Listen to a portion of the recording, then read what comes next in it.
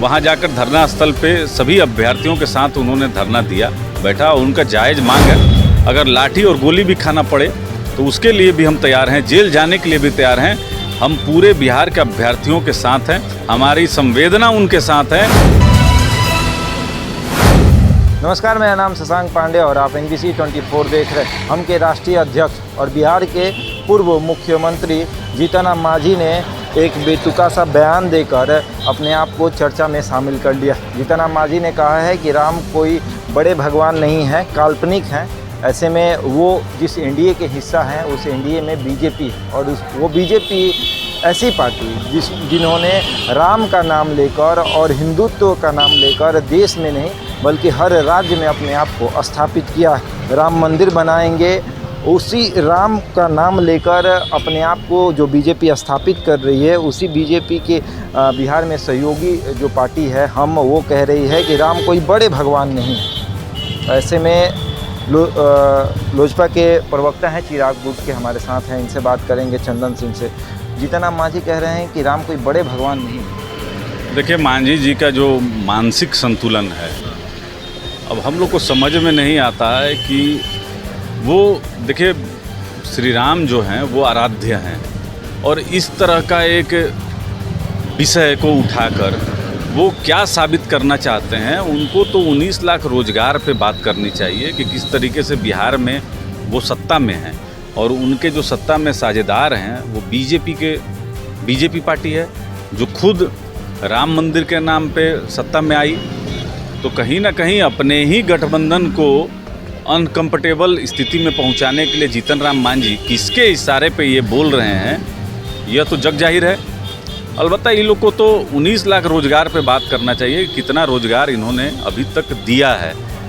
मुझे जहाँ तक लगता है कि रोजगार पे ये बात नहीं करना चाहते हैं, अपराध पे बात नहीं करना चाहते हैं और ये डाइवर्ट करना चाहते हैं कि एक ऐसे विषय पे बात चला जाए जहाँ की मीडिया में कहीं भी यह चर्चा ना रहे कि क्या इन्होंने वादा करके बिहार के सत्ता को हासिल किया।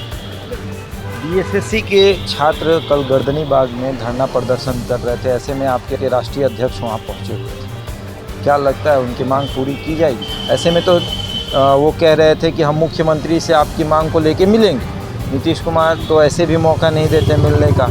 आपको लगता है कि नीतीश कुमार देंगे मौका मिलने का? देखिए, प्रयास करेंगे हम लोग, लेकिन माननीय मुख्यमंत्री जी से पूर्ण यकीन है कि पूर्व में भी समय नहीं दिया था और भविष्य में भी माननीय मुख्यमंत्री हम लोग को समय नहीं देंगे।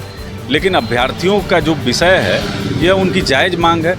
7 साल से उनका काउंसलिंग नहीं हुआ, ये सब जो विषय थे इन्हीं को लेकर हमारे राष्ट्रीय अध्यक्ष जी ने वहाँ जाकर धरना स्थल पे सभी अभ्यर्थियों के साथ उन्होंने धरना दिया, बैठा। उनका जायज़ मांग है, अगर लाठी और गोली भी खाना पड़े तो उसके लिए भी हम तैयार हैं, जेल जाने के लिए भी तैयार हैं। हम पूरे बिहार के अभ्यर्थियों के साथ हैं, हमारी संवेदना उनके साथ है कि जिस तरीके से माननीय मुख्यमंत्री की सरकार बैकडोर से बहाली कर रही है और कहीं ना कहीं एक भ्रष्टाचार का इसमें बू आता है, तो देखना चाहिए और बात करना चाहिए अभ्यर्थियों से सरकार को, और इनका जो वाजिब हक है और मांग है उसे देना चाहिए।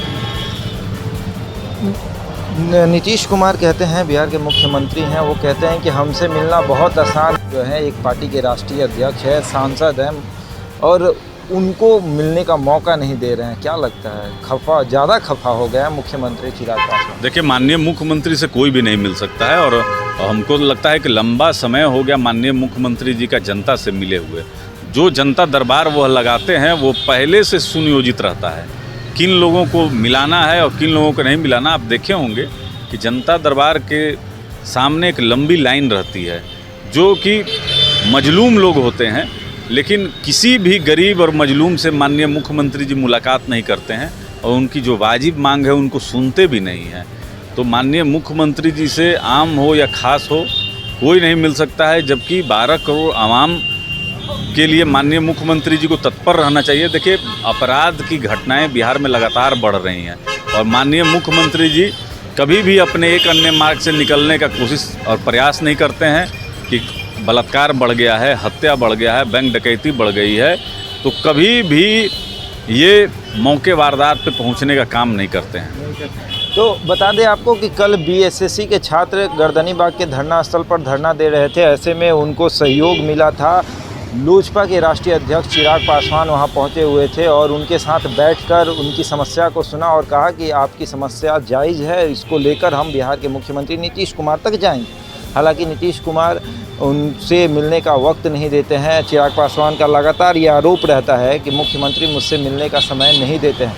ऐसे में अब देखना ये होगा कि क्या चिराग पासवान नीतीश कुमार से मिल पाते हैं या फिर पत्र के माध्यम से बीएसएससी अभ्यर्थियों की जो परेशानी है वो नीतीश कुमार तक पहुंचाएंगे। ऐसे ही तमाम खबरों के लिए जुड़े रहें हमारे साथ और देख रहे हैं NBC 24।